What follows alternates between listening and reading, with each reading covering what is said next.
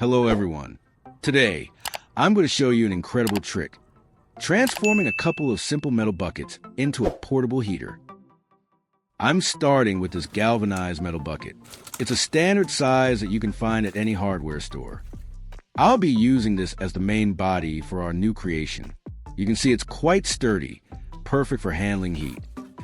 I'm going to mark a spot near the bottom rim of the bucket. This mark indicates where I'll drill a hole. This hole is crucial because it will serve as a fuel entry point later on, which is essential for proper combustion. Using a step drill bit, I'm carefully drilling through the marked spot. A step drill bit is ideal for metal as it creates a clean, burr-free hole and allows me to gradually increase the size for a perfect fit. I'm using an angle grinder to carefully cut along the top rim of the bucket. This allows me to separate the top section from the main bucket.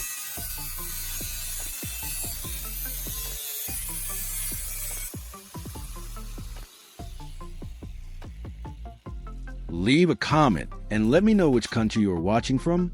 It's great that we can connect and chat from all over the world. I'm taking a smaller metal can, which will serve as the internal fuel chamber.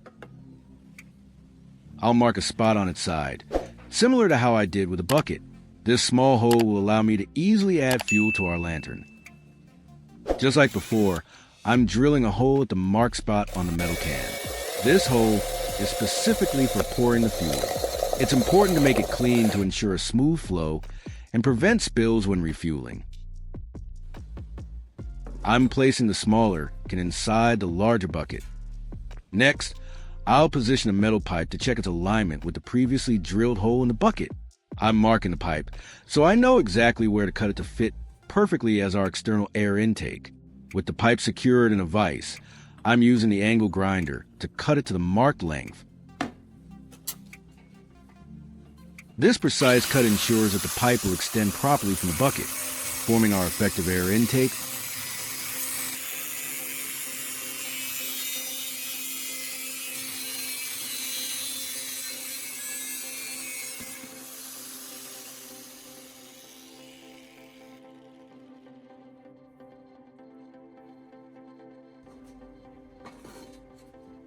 Now, for the base of our portable heater, I'm adding a layer of pebbles to the bottom of the main bucket.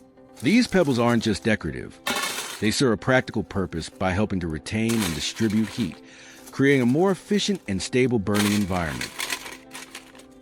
After placing our smaller fuel can back inside, I'm carefully arranging more pebbles around it, ensuring the pipe I cut earlier fits into its designated hole.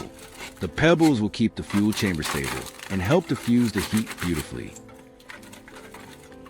I'm continuing to fill the bucket with pebbles, making sure they surround the fuel can and the air intake pipe evenly. This creates a stable and aesthetically pleasing base for our portable heater. If you find this video interesting, don't forget to like, subscribe, and turn on the notification bell so you don't miss any interesting ideas coming soon. Moving on to the upper section, which was the original top part of the bucket, I'm drilling several holes all around it. These holes are essential for ventilation, allowing the heat and light to escape, transforming this simple metal into a radiant lantern.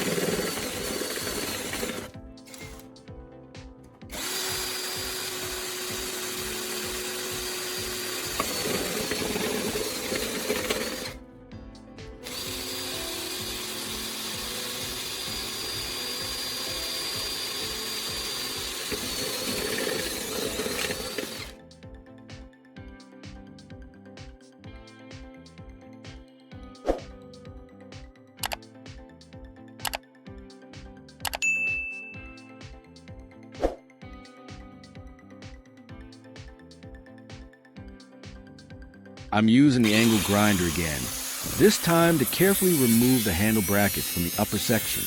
This step is important for giving it a clean, finished look and ensuring it can sit flush when we attach it to the base later, making it a perfect lid.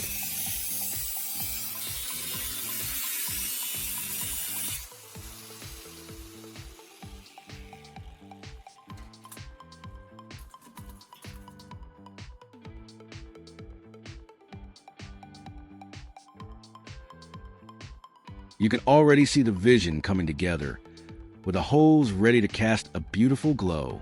It's starting to look like a portable heater. To make the top section easily accessible for refueling, I'm attaching a sturdy hinge. I'm carefully aligning it and using a rivet gun to secure the hinge firmly to the outer shell. This ensures durability and smooth operation when opening and closing.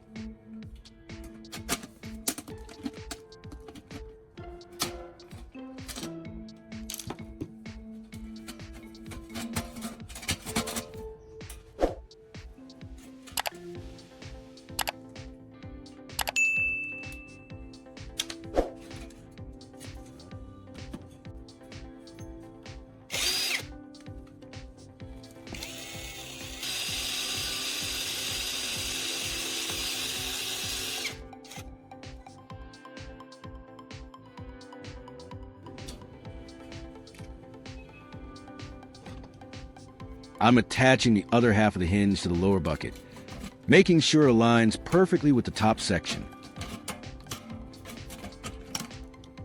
Again, I'm using rivets for a strong, lasting connection. This hinge will allow us to open and close the top part like a lid, making it very convenient. Our fully assembled metal portable heater, ready for its purpose. Now for the exciting part, fueling our portable heater. I'm carefully pouring lamp oil into the central chamber. This is the energy source that will bring our creation to life, providing warmth and light. I'm preparing a wick from a piece of paper towel, rolling it tightly so it can absorb the oil efficiently. I'll then place it into the fuel chamber. This wick will draw the oil up, ready for ignition.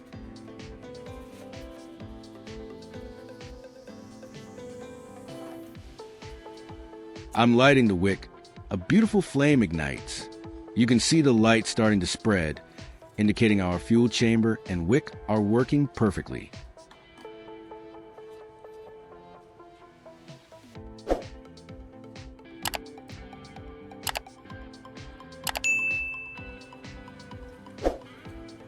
I'll carefully place the top section over the burning wick.